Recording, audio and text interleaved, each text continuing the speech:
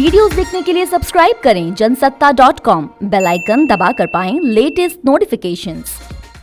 नमस्कार, मैं हूं वकार। जनसत्ता में आपका स्वागत है।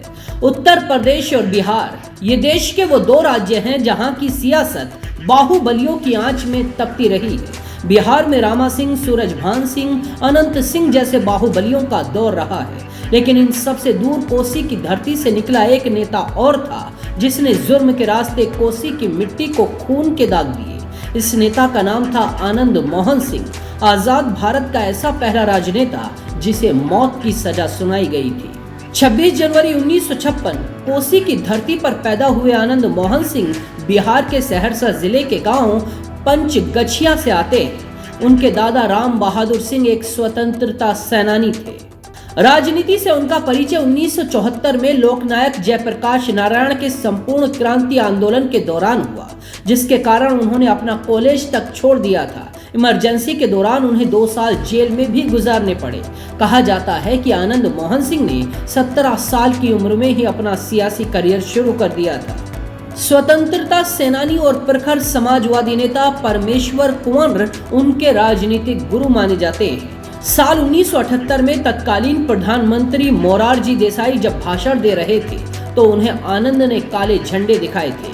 1980 में उन्होंने समाजवादी क्रांति सेना की स्थापना की, जो निचली जातियों के उत्थान का मुकाबला करने के लिए बनाई गई थी। इसके बाद से तो उनका नाम अपराधियों में शुमार हो गया और वक्त वक्त पर उनकी गिरफ्तारी परिणाम घोषित होने लगे। साल 1983 में आनंद मोहन को 3 महीने की कैद हुई थी।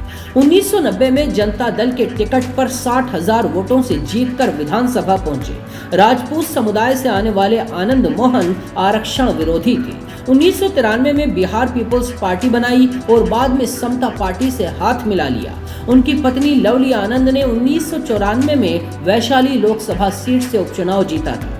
यूं तो आनंद मोहन सिंह के गुनाहों की लिस्ट बहुत लंबी हो चुकी थी, लेकिन 5 दिसंबर 1994 की एक घटना ने पूरे प्रदेश को हिलाकर रख दिया। इस साल आनंद मोहन के करीबी छोटन शुक्ला की हत्या हो गई थी। शुक्ला की अंतिम यात्रा के बीच उस समय के गोपालगंज डीएम जी कृष्णैया की गाड़ी गुजर रही थी। भीड़ भड़क गई और डीएम को पीट पीट कर मार डाला गया। आनंद मोहन पर भीड़ को उकसाने का आरोप लगा था।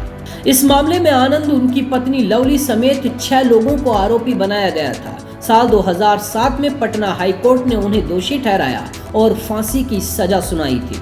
आजाद भारत में ये पहला मामला था जिसमें एक राजनेता को मौत की सजा सुनाई गई थी। हालांकि 2008 में इस सजा को उम्र कैद में तब्दील कर दिया गया। साल 2012 में आनंद मोहन सिंह ने सुप्रीम कोर्ट से सजा कम करने की मांग की थी, जिसे कोर्ट ने खारिज कर दिया। जेल में रहते हुए भी आनंद मोहन का रसूख कायम रहा। साल 2010 में अपनी पत्नी को कांग्रेस के टिकट पर विधानसभा चुनाव और 2014 में समाजवादी पार्टी के टिकट पर लोकसभा चुनाव लड़वाया था। राजनीति में पाला बदलते रहे आनंद मोहन सिंह की राजेश रंजन उर्फ पप्पू यादव के गैंग के साथ लंबी अदावत चली। ऐसे ही किस्से और कहानियों के लिए भी देखते रहिए जनसत्ता.com।